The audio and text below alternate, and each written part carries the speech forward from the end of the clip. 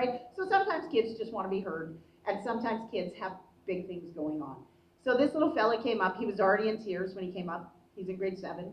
So we went to a private space, and he said, I want to tell you my story, but I want you to promise that you'll tell people this, especially adults. So he was given his first device at 4 years old. He was uncontrolled access.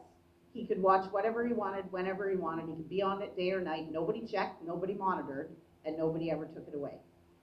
He said to me, Val, I looked at things that kids shouldn't look at, but I couldn't stop myself. And I was on it all the time. My psychiatrist, recently diagnosed me as a digital addict at 13 years old. And then he said, my childhood is over, and I will be an addict for the rest of my life. And he's not wrong, right? If you are an addict, you are an addict for life. You can be a recovered addict, but you will always struggle with the addiction. That's a hard conversation to have with a kid in grade 7. And then he said this, and this is for you folks. Please tell every parent that you talk to care what their kids are doing. Tell them to check, tell them to monitor, tell them to take it away sometimes, because Val, we can't do it ourselves, and we need help.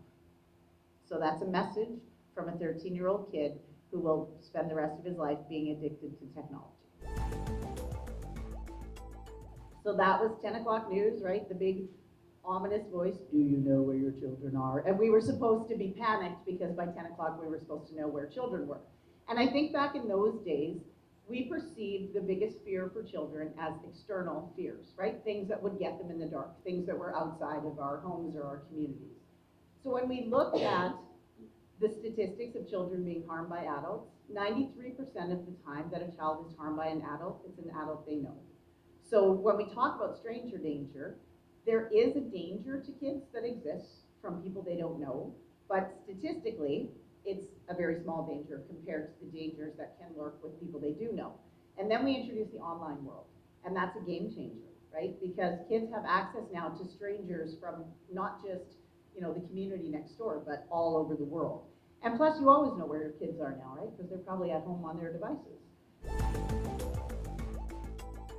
Obviously, there's lots of reasons why people are not sleeping, but the one thing you're going to hear me say at least 20 times tonight is devices have no place in bedrooms. That's if you take nothing else away from tonight. Kids go to bed to go to sleep. And there is so much data now to back it up. When my kids were younger, my kids are 23 and almost 21, so you can imagine what a treat it was to have the internet safety lady as a mom. We always talk about internet safety.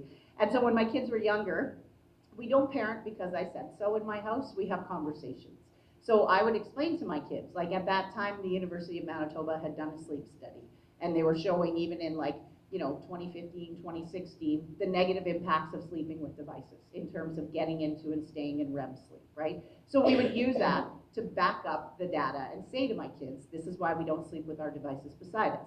So that was one of the rules in our house. You go to bed to go to sleep. Phones are plugged in downstairs. You get them back when you get up in the morning. My husband and I also follow that rule. So I'm a big believer that we're the mirror to kids. If I'm going to talk about a healthy lifestyle and I'm going to talk about a good night's sleep and a component of that means no technology, then should I also not follow the same rules?